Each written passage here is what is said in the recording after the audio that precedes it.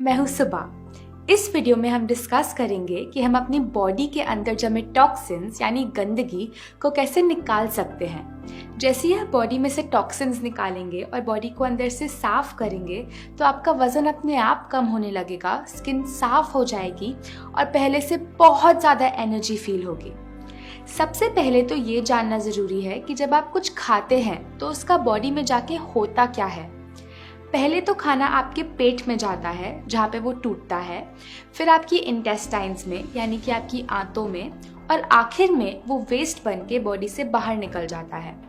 लेकिन क्या आपको लगता है कि हर खाने को इस साइकिल को पूरा करने में सेम टाइम लगता है? नहीं, फलों को गुजरने में लगते हैं लगभग 3 घंटे। 1 घंटा आपके पेट में, 1 घंटा आपकी स्मॉल इंटेस्टाइन में और 1 घंटा आपकी लार्ज इंटेस्टाइन में। सब्जियों को लगते हैं लगभग 6 घंटे। क्या आप जानते हैं कि अन्न जैसे कि रोटी, चावल, दालों को कितना टाइम लगता है? लगभग 18 घंटे। अब ये एक एस्टिमेट है आपको एक आइडिया देने के लिए, लेकिन समझना ये है कि जिस खाने में पानी जितना कम होता है उसको बॉडी से निकलने में उतना ही ज़्यादा समय लगता है। अब अन्न को डाइजेस्ट होने में लगते हैं लगभग 18 घंटे, लेकिन हम में से ज़्यादातर लोग तो दिन में 3-3, 4-4 बार अन्न खा रहे हैं। मतलब पहले वाला पचा नहीं, हमने ऊपर से और डाल दिया और फिर नेचुरली पहले वाला खाना बॉडी से वेस्ट के रूप में बाहर नहीं निकलता। अंदर ही अंदर वो सड़ता है, वायरस, फंगस और कीड़े पैदा करता है। आपने शायद लोगों के पेट में कीड़े मिलने वाली स्टोरीज सुनी हो। अब ऐसा तो नहीं कि उन लोगों ने कीड़े खाए, तो वो कीड़े वहां तक कैसे पहुंचे?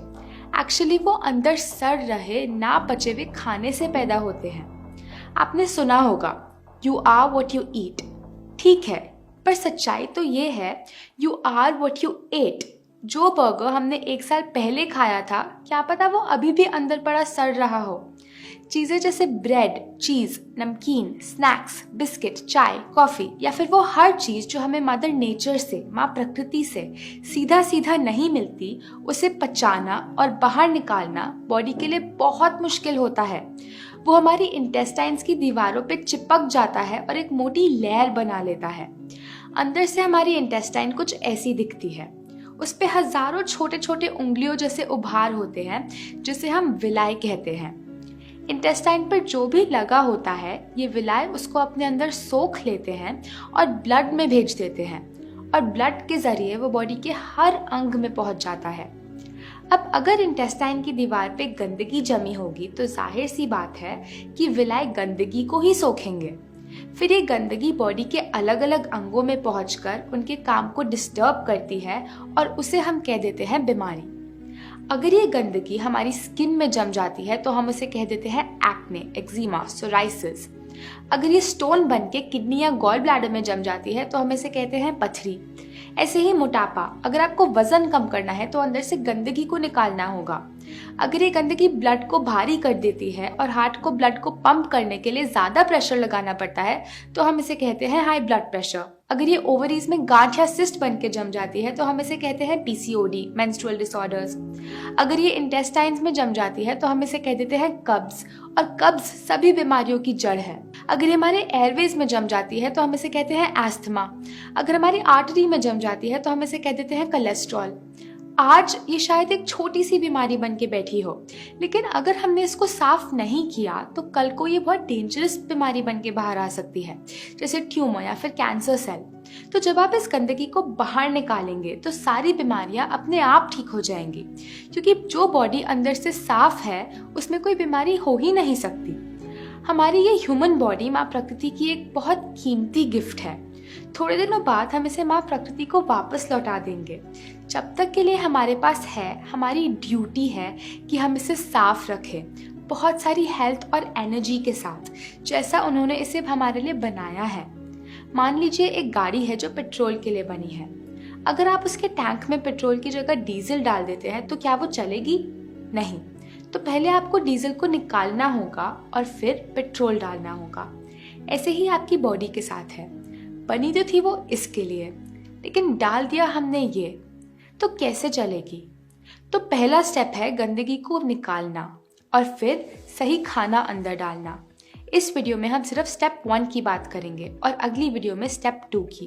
तो प्लीज़ आप इस वीडियो को एंड तक देखें क्योंकि मैं आपको बताने वाली हूँ कि आपको कल से एग्जैक्टली क्या करना है। पहली चीज़ जो आपको शुरू करनी है वो है 16 घंटे उपवास।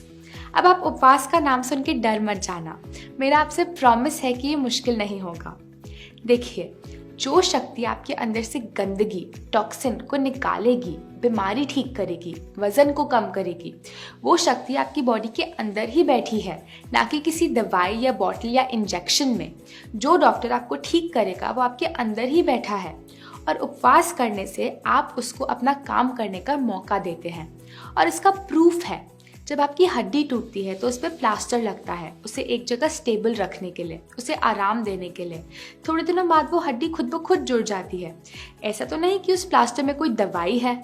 तो वो कौन सी शक्ति है जो इस हड्डी को जोड़ती है? वो है आपकी प्राण शक्ति, यानी कि आपकी हीलिंग पावर। ये प्राण शक्ति बहुत पावरफुल है। अगर ये इतनी बड़ी हड्डी को जोड़ सकती है तो क्या ये आपके सिस्ट या स्टोन नहीं तोड़ सकती? क्या ये अंदर जमी गंदगी नहीं निकाल सकती? क्या ये diabetes, high blood pressure, obesity या अर्थराइटिस नहीं ठीक कर सकती? जरूर कर सकती है, क्योंकि प्राण शक्ति को नहीं पता बीमारी का क्या नाम है। ये नाम तो हमने दिए हैं। जब प्राण शक्ति अपना इलाज करना शुरू करती है तो सब कुछ ठीक कर देती है, चाहे बीमारी कहीं भी हो और कितनी भी पुरानी क्यों ना हो। अब आइए प्राण शक्ति का काम करने का तरीका जानते हैं। प्राण शक्ति एक बार में एक ही काम ढंग से कर सकती है, खाने को पचाने का काम यानी डाइजेशन का काम, या फिर इलाज यानी हीलिंग का काम। हम प्राण शक्ति को हीलिंग करने का मौका ही नहीं देते, हम उसे हमेशा डिस्टर्ब करते रहते हैं। पता है कैसे? हमेशा खाते रहने से।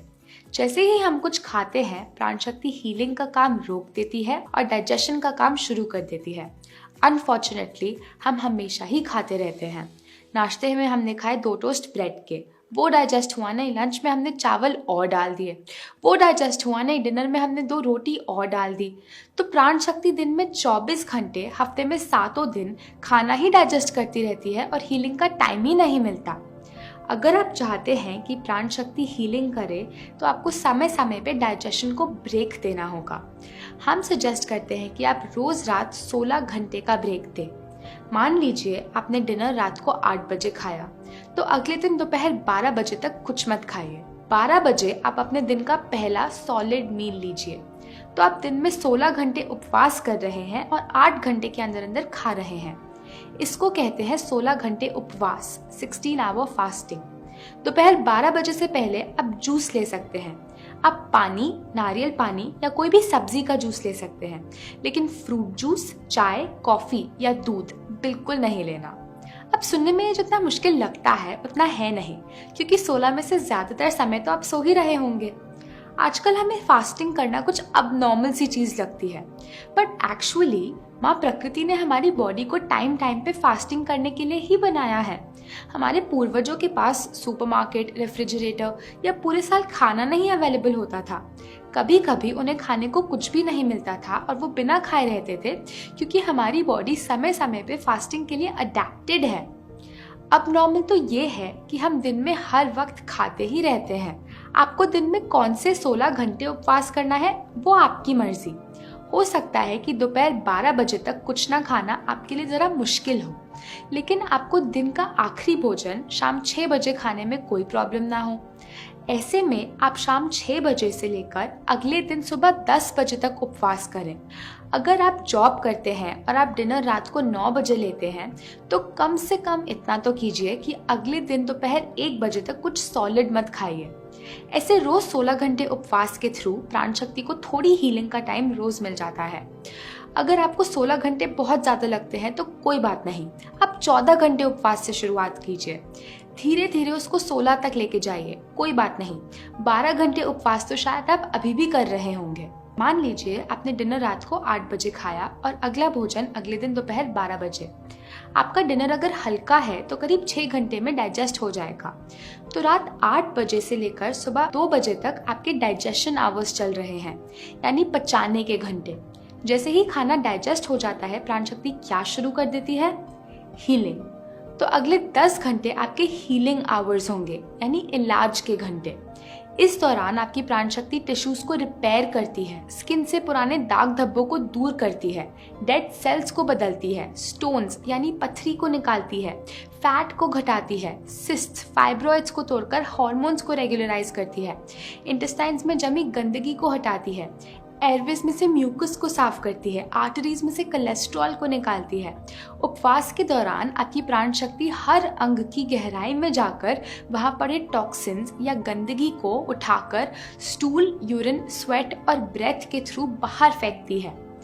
एक बात का ध्यान रखिएगा, आपका शाम का डिनर हल्का होना चाहिए। हम सजेस्ट करते हैं कि आप रात को सिर्फ सैलेड या सूप खाएं। अगर आप कुछ भारी खा लेते हैं जैसे कि चपाती, चावल या दाल, तो उसको डाइजेस्ट होने के लिए ज़्यादा टाइम लगेगा और प्राण शक्ति को हीलिंग आवर्स नहीं मिलेंगे। हम आपको ये डाइट प्लान सजेस्ट करते हैं। सुबह उठने के थोड़ी देर बाद जूस लीजिए, जैसे कि नारियल पानी या सबसे अच्छा सफ़ेद पेठे का जूस। ये नहीं अवेलेबल हो तो किसी भी सब्जी का जूस पी लें। फिर 2 घंटे बाद नाश्ते में एक बड़ी प्लेट मौसम के कोई भी फल लीजिए। फिर लंच में आप अन्न ले सकते हैं, जिसमें आप सात्विक सब्जी और सात्विक रोटी ले सकते हैं, जैसा कि हमने आपको अपने चैनल पे दूसरी वीडियोस में दिखाया है। ध्यान रखें, अन्न कम से कम लेना है और सब्जी ज़्यादा। फिर डिनर में आप सूप या सैलेड ले लीजिए। बीच में भूख लगे तो नारियल पानी या कच्चे नारियल की गिरी लें। इस लाइफस्टाइल को आसान बनाने के लिए मैंने आपके लिए कुछ बहुत टेस्टी सात्विक रेसिपीज डिज़ाइन करी हैं, जिसमें से कुछ हमारे YouTube चैनल पे हैं, लेकिन सारी रेसिपीज के लिए आप हमारी रेसिपी बुक को ऑर्डर कर सकते हैं, जिसका लिंक इस YouTube वीडियो के डिस्क्रिप्शन में दिया है। अच्छा, एक बात का ध्यान रखना, कभी ओवर ईटिंग नहीं करना। Too much of a good thing is not that good. ये नहीं सोचना, अरे मैं तो इतना हेल्दी खा रहा हूँ तो कितना भी खा सकता हूँ। टेबल पे उठने से पहले पेट में थोड़ी जगह हमेशा खाली छोड़ना। आपकी बीमारी कितनी जल्दी ठीक होती है ये इस पे डिपेंड करता है कि आप बॉडी को कितने हीलिंग आवर्स देते हो। अगर आप रोज 16 घंटे उपवास कर रहे हैं तो एक हफ्ते में आपने दे दिए 112 हीलिंग आवर्स, एक महीने में आपने दे दिए करीब 450 हीलिंग आवर्स, 3 महीने में 1500 हीलिंग आवर्स, और 1500 हीलिंग आवर्स में सभी बीमारियां diabetes, cholesterol, PCOD, thyroid, high blood pressure जड़ से ठीक हो सकती हैं। अगर आपकी एज कम है तो आपको इससे भी ज़्यादा कम समय लगेगा, क्योंकि बच्चों में प्राण शक्ति और भी ज़्यादा होती है। बस डाइट को फॉलो करना मत भूलिएगा, वो उतनी ही ज़रूरी है जितनी कि फास्टिंग। अभी उपवास पर एक डॉक्यूमेंट्री भी बनाई गई थी, आइए उसका एक छोटा सा पार्ट देखते हैं। हम यहाँ ऐसा कर रहे हैं कि हर तरह की टाइप 2 डायबिटीज और उससे होने वाली दिक्कतों को दूर कर रहे हैं उपवास से। ये कैलोरीज कम करने से बहुत अलग है। उपवास 6 गुना बेहतर है इस खतरनाक चर्बी से मुक्ति पाने के लिए। सबसे पहला जो मुझे फर्क दिखा वो है वजन का कम होना। मैंने 7 दिनों में 9 किलो वजन कम किया है। मैंने 18 किलो वजन कम किया और वापस कभी नहीं बढ़ा। मैंने करीब 40 किलो वजन कम किया है और अभी भी कर रही हूँ। असल में पहले से ज्यादा कसरत कर सकते हैं। मैं हमेशा खाली पेट कसरत करता हूँ उपवास के दौरान। मैं एक दिन में 210 यूनिट इंसुलिन लिया करती थी और अब वो सारी छूट गई है। उपवास ने मेरी जान बचा ली।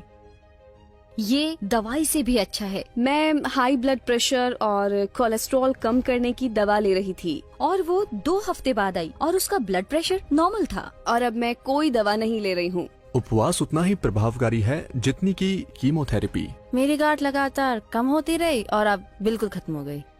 No cancer.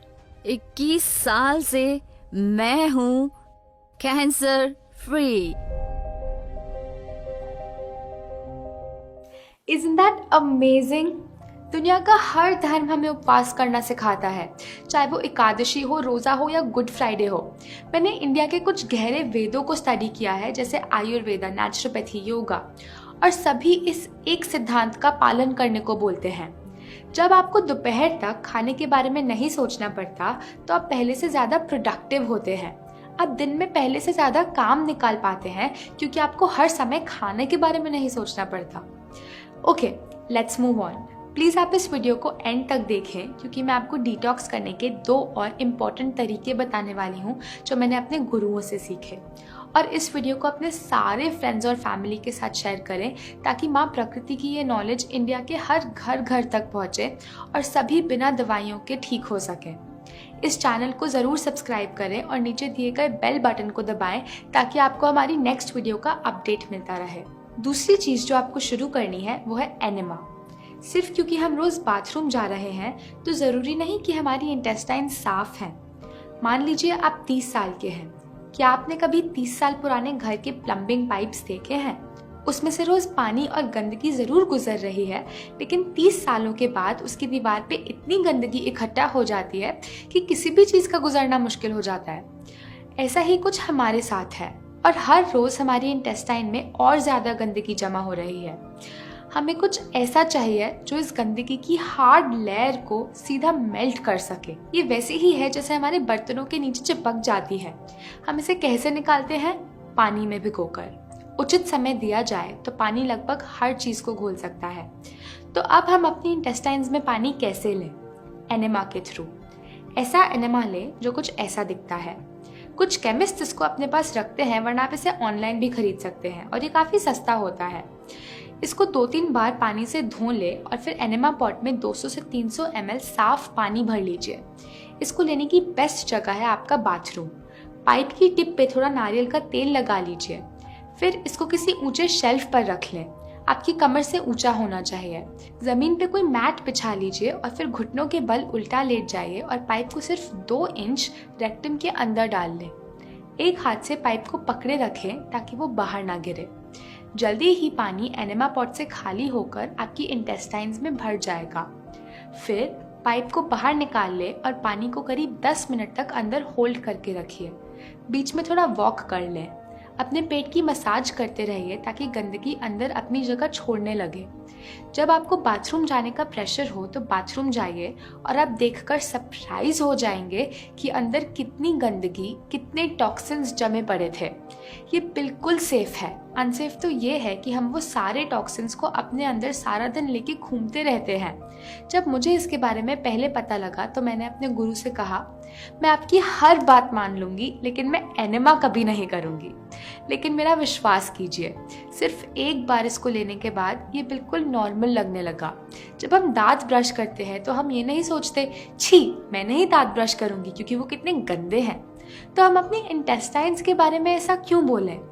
सबसे अच्छा तो है कि आप एनेमा खाली पेट लें, सुबह पेट साफ होने के बाद। अगर सुबह नहीं ले पाते तो दिन में कभी भी ले लीजिए। बस आपके खाने और एनेमा के बीच में 2 से 3 घंटे का गैप रखिए। अगर आप ये लाइफस्टाइल अभी फॉलो करना शुरू कर रहे हैं तो इसे 3 हफ्तों तक रोज एक बार लीजिए। 3 हफ्तों के बाद रोज नहीं लेना, सिर्फ हफ्ते में एक बार या जरूरत पड़ने पर लेना है। चिंता ना करें, इसकी आदत नहीं पड़ेगी। अगर आपको कोल्ड, कफ, बुखार, वॉमिटिंग, पेट दर्द या कोई भी ऐसी छोटी बीमारी आती है, इसको दिन में 2 से 3 बार लीजिए। डिटॉक्स का तीसरा तरीका, ठंडी पट्टी यानी वेट पैक। कभी कभी ये गंदगी हमारे ब्लड में जम जाती है और उसको सर्कुलेट करने का बेस्ट तरीका है ठंडी पट्टी। एक वाइट कॉटन का कपड़ा लीजिए, करीब 1 मीटर चौड़ा और 2.5 मीटर लंबा। इसको लंबी पट्टी में फोल्ड कर लें, करीब 10 इंच चौड़ी। फिर इसको ठंडे पानी में भिगोकर निचोड़ लें। पानी उतना ही ठंडा होना चाहिए जितना आप आसानी से सहन कर सकते हैं। पट्टी को पेट के चारों ओर ऐसे लपेट लें और फिर टक कर लें ताकि वो गिरे ना। आपकी नाभि पट्टी के बीच में रहनी चाहिए।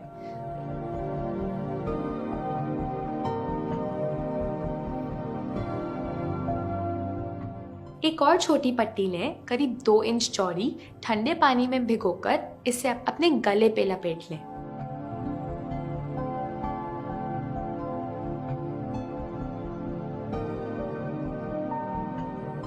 एक और छोटी पट्टी लें, ठंडे पानी में भिगोकर अपने माथे पे लपेट लें। आप ये कपड़ा कहीं से भी खरीदकर टेलर से सिलवा सकते हैं, लेकिन इस प्रोसेस को आपके लिए इजी करने के लिए हमने एक डिटॉक्स किट बना के रखी है जिसमें एक रेडीमेड पट्टी और एनेमा है। आप इस किट को नीचे दिए गए लिंक से ऑर्डर कर सकते हैं। आप पट्टी के ऊपर अपने कपड़े पहनकर अपना कोई भी दूसरा काम कर सकते हैं। आपको इसे लगाकर एक जगह बैठने की ज़रूरत नहीं है। इसको करीब 30 से 40 मिनट तक लगा के रखें। इसको आप दिन में कभी भी लगा सकते हैं, खाने के बाद भी और खाने से पहले भी। बस जब ये लगी हो उस टाइम पर कुछ नहीं खाना या पीना। गर्मियों में आप रोज इसको 2 बार करो, एक बार सुबह और एक बार शाम। 2 नहीं तो कम से कम 1 बार तो करिए। सर्दियों में इसको छोड़ दें। जिन पार्ट्स पर पट्टी लगी है वो हिस्से ठंडे हो जाते हैं और बाकी बॉडी गर्म। जब एक समय पे बॉडी में 2 टेम्परेचर मेंटेन होते हैं तो ब्लड सर्कुलेशन बढ़ जाता है। ब्लड के साथ साथ गंदगी भी अपनी जगह छोड़ने लगती है। खाना डाइजेस्ट करने के लिए ये बहुत अच्छी है। जिनका पेट निकला है उनका पेट कम हो जाता है इसको लगाकर। जिनको इंडाइजेशन, अल्सर, IBS, एसिडिटी है, उनका वो सभी कुछ ठीक हो जाता है। कोई भी बीमारी क्यों ना हो, पट्टी को तीनों जगह लगाइए क्योंकि तीनों जुड़े हैं। सर दर्द या माइग्रेन हो तो इसको इमिडिएटली लगाएं और आपको इंस्टेंट रिलीफ मिलेगा। देखने में ये एक मामूली सी चीज़ लगती है। आप शायद सोचेंगे अरे इससे कैसे डिटॉक्स होगा, लेकिन एक्चुअली पट्टी एक बहुत मैजिकल चीज़ है। तो आई होप अब आपको पता है कि अंदर से टॉक्सिन्स बाहर कैसे निकालने हैं।